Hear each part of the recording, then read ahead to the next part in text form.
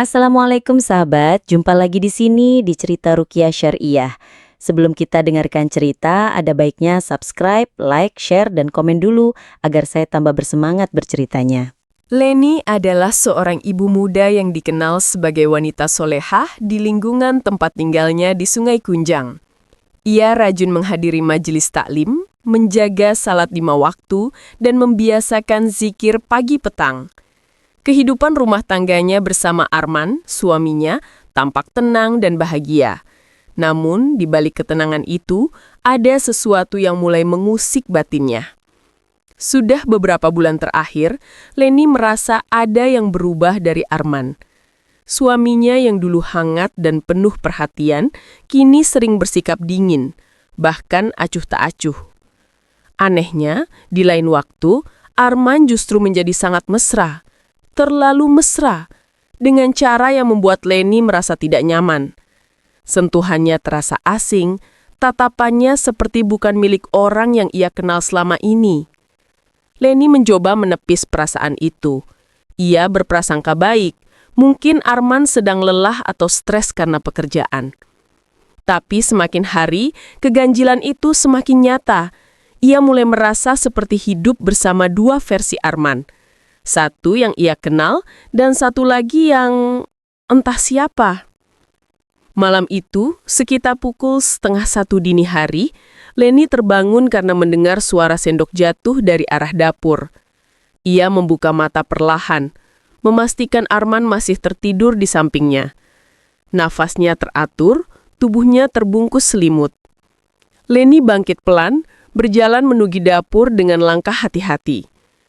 Lampu dapur menyala. Di sana, berdiri sosok Arman membelakangi seolah sedang mencari sesuatu di meja. Leni mengerutkan kening. "Mas?" panggilnya pelan. Sosok itu tidak menjawab. Tubuhnya kaku, tidak bergerak sedikit pun. Leni melangkah lebih dekat, jantungnya mulai berdegup kencang. Tapi sebelum ia sempat menyentuh bahu sosok itu, tubuh itu menghilang begitu saja, seolah larut dalam udara. Leni terdiam. Matanya membelalak, tubuhnya gemetar. Ia berlari kembali ke kamar dan mendapati Arman masih tertidur pulas. Ia menggunjang tubuh suaminya, memastikan bahwa ia benar-benar ada di sana. "Siapa yang berdiri di dapur itu kalau bukan suamiku?" Sejak malam itu, Leni mulai dihantui rasa takut. Ia merasa diawasi. Kadang ia melihat bayangan Arman berdiri di sudut ruangan, tersenyum padanya. Tapi saat ia mendekat, bayangan itu lenyap. Ia mulai sulit tidur, tubuhnya terasa berat dan emosinya tak menentu. Ia mencoba memperbanyak zikir, membaca Al-Quran, dan menjaga wudhu. Tapi gangguan itu semakin menjadi. Arman pun mulai menyadari perubahan sikap istrinya. Leni sering termenung, menangis tanpa sebab, dan bicara sendiri dalam tidur. Suatu malam saat Leni sedang membaca surat Al-Baqarah, tubuhnya tiba-tiba menggigil hebat. Ia merasa ada sesuatu yang menempel di punggungnya, dingin dan berat. Ia menangis tanpa suara, hanya air mata yang mengalir deras. Arman yang melihat kejadian itu langsung memeluk istrinya dan membacakan ayat kursi. Tapi Leni justru berteriak, "Jangan usir dia, dia baik padaku." Arman terdiam. Ia tahu ini bukan lagi gangguan biasa. Ada sesuatu yang bersemayam dalam rumah mereka. Sesuatu yang menyerupai dirinya dan mencintai istrinya. Sejak malam itu, malam ketika Leni melihat sosok menyerupai suaminya berdiri di dapur, tidurnya tak pernah benar-benar nyenyak. Setiap kali ia memejamkan mata, mimpi-mimpi aneh mulai menghampiri. Bukan mimpi biasa, tapi mimpi yang terasa terlalu nyata. Seolah-olah ia sedang hidup dalam dunia lain, dunia yang tak bisa dijelaskan dengan logika. Dalam mimpinya, ada seorang lelaki yang selalu hadir. Wajahnya samar, tak sepenuhnya jelas, tapi sorot matanya begitu dalam. Ia memandang Leni dengan tatapan yang tak pernah ia rasakan dari Arman, bahkan di masa-masa awal pernikahan mereka. Tatapan itu penuh cinta, penuh hasrat, dan penuh kepemilikan. Lelaki itu tak pernah berbicara banyak. Ia hanya mendekat, membisikkan kata-kata lembut di telinga Leni. "Aku mencintaimu, Leni. Aku akan menjagamu selamanya." Suaranya bergema, hangat, tapi juga mengandung sesuatu yang membuat bulu kuduk Leni berdiri. Di mimpi lain, lelaki itu memeluknya dari belakang, membelai rambutnya, dan mengajak Leni berjalan di taman yang tak pernah ia kenali. Taman itu indah, tapi langitnya kelabu. Leni merasa tenang, tapi juga gelisah. Ia tahu ada yang tidak beres. Ia tahu ini bukan mimpi biasa. Setiap kali terbangun, Leni merasa tubuhnya lelah, seperti habis melakukan perjalanan jauh. Kadang, ia mendapati bajunya basah oleh keringat dan jantungnya berdegup kencang. Ia mencoba mengabaikan semua itu, tapi mimpi-mimpi itu terus datang, semakin intens, semakin nyata. Yang membuatnya semakin bingung, ia mulai merasakan kehadiran lelaki itu bahkan saat terjaga. Saat ia duduk di ruang tamu, kadang ia merasa ada yang memperhatikannya dari sudut ruangan. Saat ia mandi, ia merasa ada yang berdiri di balik tirai. Saat ia membaca Al-Quran, ia mendengar bisikan samar yang berkata, "Aku di sini, Leni." Leni mulai merasa terganggu. Ia ingin bercerita, tapi kepada siapa? Arman sudah cukup khawatir dengan kejadian di dapur. Ia takut suaminya akan menganggapnya gila. Ia takut orang lain akan mentertawakannya. Maka ia memilih diam, menyimpan semuanya dalam hati. Namun diam bukanlah solusi. Gangguan itu semakin menjadi. Leni mulai kehilangan fokus, ia lupa menaruh barang, lupa jadwal anak sekolah, bahkan lupa ayat-ayat yang biasa ia hafal. Ia merasa seperti ada yang menguasai pikirannya, mengaburkan kesadarannya. Suatu malam, Leni bermimpi lagi. Kali ini lelaki itu muncul dengan wajah yang lebih jelas. Ia tampak seperti Arman, tapi ada sesuatu yang berbeda. Matanya terlalu hitam, kulitnya terlalu pucat, dan senyumnya terlalu dingin. "Aku bukan Arman, tapi aku mencintaimu lebih dari dia. Aku sudah lama bersamamu, sejak kau kecil. Aku melihatmu tumbuh, dan aku tahu kau milikku." Leni terbangun dengan teriakan. Tubuhnya gemetar, dan air mata mengalir deras. Ia tak bisa lagi menyangkal. Ini bukan mimpi biasa. Ini adalah gangguan dari sesuatu yang tak kasat mata. Sesuatu yang mencintainya. Dengan cara yang tak seharusnya. Malam itu, hujan turun pelan membasahi genting rumah Leni. Angin berdesir lembut, membawa aroma tanah basah yang biasanya menenangkan. Tapi tidak bagi Leni. Ia duduk di ruang tamu, matanya kosong menatap dinding. Arman, suaminya, sedang mandi di kamar belakang. Leni merasa gelisah, seperti ada sesuatu yang akan terjadi. Tiba-tiba, dari arah dapur, terdengar langkah kaki. Leni menoleh dan jantungnya nyaris berhenti. Di sana berdiri Arman, dengan pakaian yang sama seperti sebelum mandi. Ia tersenyum padanya, lalu berjalan mendekat. "Mas!" Suara Leni bergetar. Sosok itu tak menjawab. Ia hanya menatap Leni dengan mata yang terlalu gelap, terlalu dalam. Leni bangkit, mundur beberapa langkah, lalu berlari ke kamar mandi. Ia membuka pintu dengan panik dan mendapati Arman sedang membasuh wajahnya. "Len?" Arman terkejut melihat istrinya pucat dan gemetar. Leni tak sempat menjawab. Tubuhnya limbung lalu jatuh ke lantai. "Pingsan!" Arman segera mengangkat tubuh istrinya ke kamar. Wajah Leni pucat, bibirnya bergetar dan nafasnya berat. Setelah beberapa menit, Leni sadar. Tapi yang keluar dari mulutnya bukanlah kata-kata biasa. "Aku sudah bilang, jangan ganggu dia," bisiknya pelan. Arman terdiam. "Len, kamu bicara dengan siapa?" Leni menatap ke arah sudut kamar, seolah ada seseorang di sana. Matanya berkaca-kaca, lalu ia menangis tanpa sebab. Tubuhnya terasa berat, seperti ada beban yang menindih dari dalam. Ia memeluk dirinya sendiri, menggigil dan terus bergumam. Aku tidak mau dia pergi. Dia baik padaku. Dia selalu ada. Arman mulai panik. Ia mencoba menenangkan istrinya, tapi Leni seperti tak mengenalinya. Ia bicara sendiri, tertawa kecil, lalu menangis lagi. Keluarga yang mendengar keributan itu datang ke rumah.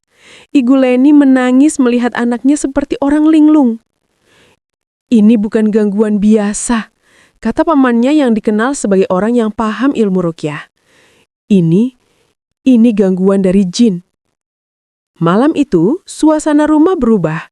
Bacaan Al-Quran mulai diperdengarkan. Surat Al-Baqarah, ayat kursi dan doa perlindungan dibacakan bergantian. Leni menggeliat, kadang tertawa, kadang menangis.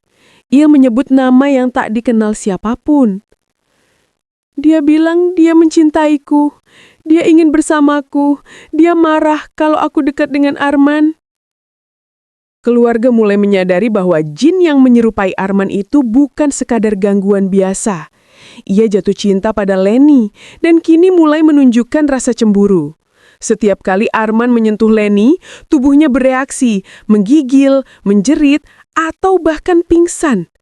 Pamannya menyarankan agar Leni segera diruqyah secara syariah. Gangguan ini tidak bisa dibiarkan. Jin yang jatuh cinta bisa menjadi sangat posesif, bahkan berbahaya. Ia bisa merusak rumah tangga, mengganggu mental dan menyesatkan akidah. Sebelum tidur malam itu, Leni berkata pelan pada Arman, "Kalau besok aku bicara sendiri lagi, jangan marah ya. Dia cuma ingin aku tahu bahwa dia ada." Arman memeluk istrinya dengan hati yang berat. Ia tahu perjuangan mereka baru saja memulai. Pagi itu, rumah Leni terasa lebih sunyi dari biasanya. Arman duduk di ruang tamu, matanya sembab karena kurang tidur. Leni masih terbaring di kamar, tubuhnya lemas, sesekali bergumam tak jelas. Setelah kejadian pingsan dan bicara sendiri malam sebelumnya, keluarga sepakat untuk memanggil seorang Ustadz Ruqyah yang dikenal di daerah mereka. Ustadz Rahman datang menjelang duhur. Wajahnya tenang, sorot matanya tajam, dan tangannya menggenggam mushaf kecil. Ia menapa keluarga dengan lembut, lalu masuk ke kamar Leni. Begitu ia melangkah masuk, suasana kamar berubah. Udara terasa berat dan aroma tak sedap samar-samar tercium. Bismillah, ucap Ustadz Rahman sambil duduk di sisi Leni. Leni membuka mata perlahan. Tapi yang terlihat bukanlah tatapan lembut seorang istri. Matanya kosong, lalu berubah tajam. Ia menatap Ustadz itu dengan senyum sinis. "Dia tidak butuh kalian," bisiknya pelan. Ustadz Rahman tak menjawab. Ia mulai membaca ayat-ayat ruqyah, Al-Fatihah, ayat kursi dan potongan dari surat Al-Baqarah. Baru beberapa ayat dibacakan, tubuh Leni mulai menggigil hebat. Tangannya mengepal, kakinya menendang-nendang dan suara erangan keluar dari tenggorokannya. "Aku sudah lama mencintainya, jangan pisahkan kami." Suara itu keluar dari mulut Leni, tapi nadanya bukan suara Leni, lebih dalam, lebih dingin. Arman menahan air mata. Ia memegang tangan istrinya, tapi tubuh Leni menolak sentuhan itu. "Dia milikku, kau hanya meminjamnya." Ustadz Rahman melanjutkan bacaan dengan suara lebih lantang. Ia menyebut nama Allah, memohon perlindungan dan memerintahkan jin itu untuk keluar. Tubuh Leni melengkung seperti sedang menahan rasa sakit yang luar biasa. Ia berteriak, menangis lalu tertawa dalam satu tarikan nafas. "Aku sudah lama melihatnya sejak kecil. Dia selalu sendiri. Aku menemaninya. Aku mencintainya." Ustadz Rahman berhenti sejenak. "Kau bukan suaminya. Kau bukan manusia. Kau tidak berhak mencintainya seperti itu." Jin itu tertawa. "Cinta tidak mengenal wujud. Aku lebih tahu isi hatinya daripada kalian." Suasana kamar semakin mencekam. Lampu berkedip dan jendela bergetar meski tak ada angin. Ustadz Rahman mengambil air ruqyah dan memercikannya ke tubuh Leni. Seketika, Leni menjerit keras, tubuhnya mengejang, lalu terdiam. Setelah beberapa menit, Leni membuka mata. Kali ini tatapannya kembali lembut. Ia menangis, memeluk Arman dan berkata, "Dia marah, dia tidak mau pergi." Ustadz Rahman menatap Arman dan keluarga. Ini baru awal. Jin itu sudah lama menetap dan ia terikat secara emosional. Kita harus lanjutkan ruqyah beberapa kali. Tapi yang paling penting, Leni harus memperkuat amalan harian. Zikir, sholat tepat waktu, dan menjaga lingkungan rumah dari hal-hal yang mengundang mereka. Arman mengangguk. Ia tahu, pertarungan ini belum selesai. Tapi satu hal sudah jelas. Cinta yang tak kasat mata bisa menjadi ancaman nyata. Dan hanya dengan kekuatan iman, mereka bisa melawan. Sesi ruqyah kedua dimulai 3 hari setelah yang pertama. Leni tampak lebih tenang, tapi matanya masih menyimpan bayangan ketakutan. Ustadz Rahman datang kembali. Kali ini membawa air ruqyah dan beberapa lembar daun bidara. Ia tahu, jin yang mengganggu Leni bukan sekadar jin pengganggu biasa. Ada ikatan emosional yang dalam, dan itu jauh lebih sulit diputus. Saat ayat-ayat Al-Quran mulai dibacakan, tubuh Leni kembali bereaksi. Ia menggigil, lalu menangis. Suaranya berubah, menjadi berat dan dalam. Jin itu kembali berbicara melalui tubuh Leni. "Aku bukan ingin menyakitinya, aku hanya ingin bersamanya." Ustadz Rahman melanjutkan bacaan, lalu bertanya dengan tegas, "Siapa kamu? Dari mana asalmu?" Setelah beberapa saat, jin itu menjawab, "Aku dari pohon besar di belakang rumahnya. Pohon itu sudah ada sebelum rumah ini dibangun. Aku tinggal di sana bersama keluargaku. Tapi aku berbeda dari mereka. Aku tertarik pada manusia." Suasana ruangan menjadi hening. Semua yang hadir menahan nafas mendengarkan pengakuan yang tak biasa. Aku melihat Leni sejak ia masih kecil. Ia sering bermain di bawah pohon itu. Kadang ia bernyanyi, kadang menangis. Aku mulai memperhatikannya. Aku tahu ia istimewa, tapi aku hanya mengamati sampai ia menikah. Suara jin itu mulai bergetar, seolah menyimpan luka. Saat ia menikah, aku merasa kehilangan. Aku tahu aku tidak bisa memilikinya, tapi aku tidak bisa menahan rasa itu. Maka aku mulai mendekat. Aku menyerupai suaminya. Aku ingin ia merasa nyaman denganku. Aku ingin ia tahu bahwa aku ada. Ustadz Rahman menghela nafas. "Kau tahu, itu salah. Kau bukan dari dunia yang sama. Kau tidak berhak mencintai manusia seperti itu." Jin itu tertawa pelan. "Cinta tidak memilih wujud. Aku mencintainya lebih dari suaminya. Aku tahu isi hatinya. Aku tahu kapan ia sedih, kapan kesepian. Aku selalu ada." Leni mulai menangis meski dalam kondisi setengah sadar. Air matanya mengalir deras dan tubuhnya bergetar. Arman memegang tangannya, berusaha menenangkan. Ustadz Rahman melanjutkan ruqyah dengan ayat-ayat pembakar. Ia menyebut nama Allah, memohon perlindungan, dan memerintahkan jin itu untuk keluar. Tapi jin itu bertahan. "Dia butuh aku tidak akan pergi." Ustadz Rahman mengambil air ruqyah dan memercikannya ke tubuh Leni. Seketika jin itu menjerit, "Pohon itu, jangan ditebang, itu rumahku." Pamannya Leni yang ikut hadir teringat sesuatu. "Pohon besar itu, kami pernah ingin menebangnya tapi selalu gagal. Gergaji patah, tukang sakit. Kami pikir itu cuma kebetulan." Ustadz Rahman menatap mereka. "Itu bukan kebetulan. Jin ini menjadikan pohon itu sebagai tempat tinggal dan pusat pengaruhnya. Kita harus bersihkan area itu juga." Sesi ruqyah ditutup dengan doa panjang. Jin itu tidak sepenuhnya pergi, tapi mulai melemah. Leni sadar, tubuhnya lemas dan ia memeluk Arman sambil berkata, "Aku merasa ada yang pergi, tapi dia masih mengintai." Ustadz Rahman memberi pesan terakhir. Jangan biarkan rumah kosong dari zikir. Jangan biarkan hati kosong dari Al-Quran.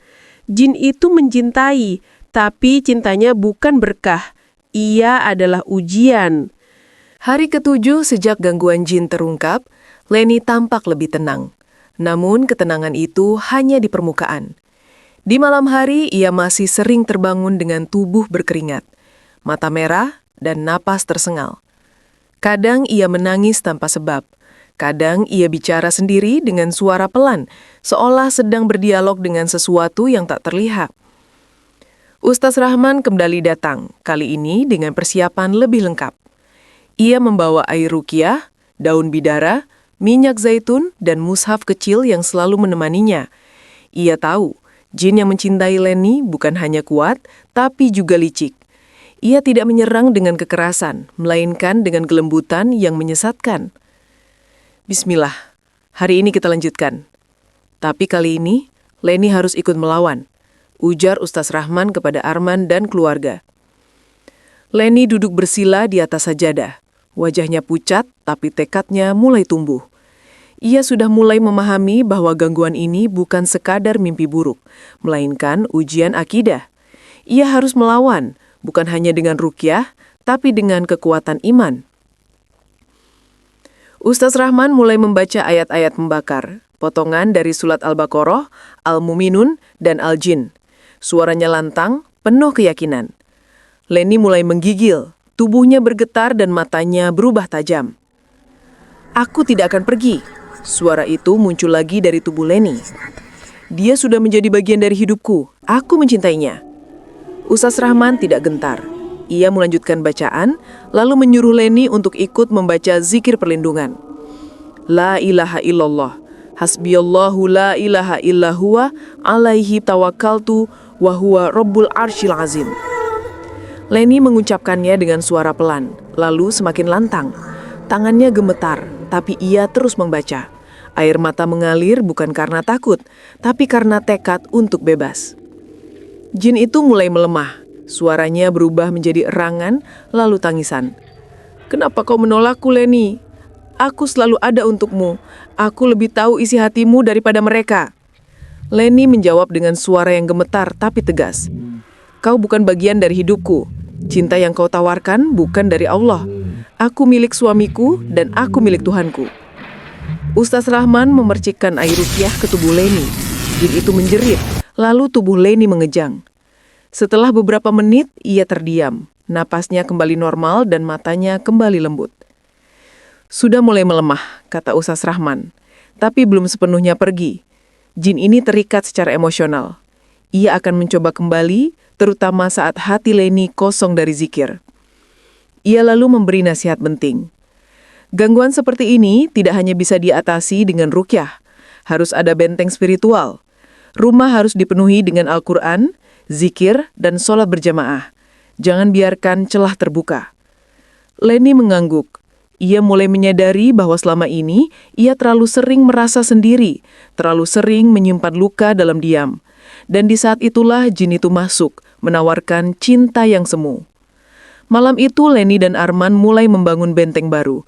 Mereka sholat berjamaah, membaca Al-Quran bersama, dan memperbanyak zikir. Leni mulai menulis jurnal zikir harian sebagai pengingat bahwa perlindungan sejati datang dari Allah. Gangguan belum sepenuhnya hilang, tapi Leni kini bukan lagi korban. Ia adalah pejuang, dan dengan akidah yang kuat, ia siap menghadapi perlawanan terakhir. Hari itu, langit Sungai Kunjang cerah. Udara terasa lebih ringan, seolah rumah Leni baru saja dibersihkan dari sesuatu yang tak terlihat.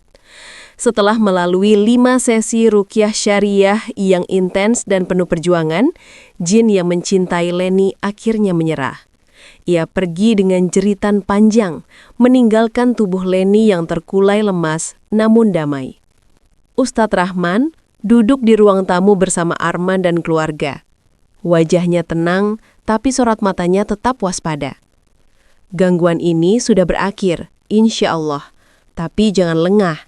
Jin itu bisa kembali jika ada celah. Leni duduk bersandar di sofa, Wajahnya lebih segar dari sebelumnya. Ia tersenyum kecil lalu berkata pelan, "Aku merasa ringan, seperti baru terlahir." Namun ia tahu, pemulihan bukan hanya soal fisik. Luka batin, trauma spiritual, dan bayangan mimpi masih sesekali menghampiri. Tapi kini, ia tidak lagi takut. Ia tahu siapa musuhnya, dan ia tahu siapa pelindungnya. Sejak hari itu, Leni mulai menjalani hidup dengan lebih disiplin secara spiritual. Ia memperkuat amalan harian, zikir pagi dan petang, membaca Al-Quran setiap hari, menjaga wudhu dan memperbanyak sholat sunnah. Ia juga mulai memperhatikan lingkungan rumah, menyingkirkan benda-benda yang bisa menjadi media jin, seperti patung, lukisan makhluk hidup, dan musik yang tidak bermanfaat. Ustadz Rahman membeli beberapa nasihat penting. Jangan biarkan rumah kosong dari bacaan Al-Quran. Jin menyukai tempat yang gelap dan sepi dari zikir. Jangan tidur dalam keadaan tidak berwudu. Ini adalah pintu masuk bagi gangguan gaib. Jangan menyimpan dendam, kesedihan berlarut, atau rasa putus asa. Jin sering masuk melalui celah emosi yang tidak terjaga. Perbanyak doa perlindungan, seperti doa masuk kamar mandi, doa sebelum tidur, dan doa keluar rumah. Leni dan Arman mulai membiasakan sholat berjamaah di rumah. Mereka juga mengajak anak-anak untuk ikut membaca surat pendek sebelum tidur. Rumah yang dulu terasa berat, kini terasa lapang. Tidak ada lagi bayangan di sudut ruangan, tidak ada lagi bisikan dalam mimpi. Namun, Leni tidak melupakan pelajaran besar dari pengalaman ini. Ia mulai menulis kisahnya dalam jurnal pribadi, berharap suatu hari bisa membagikannya kepada orang lain yang mengalami hal serupa. Ia tahu, banyak wanita di luar sana yang mengalami gangguan jin tapi tidak tahu harus bicara kepada siapa. Cinta jin itu bukan romantis, itu jebakan.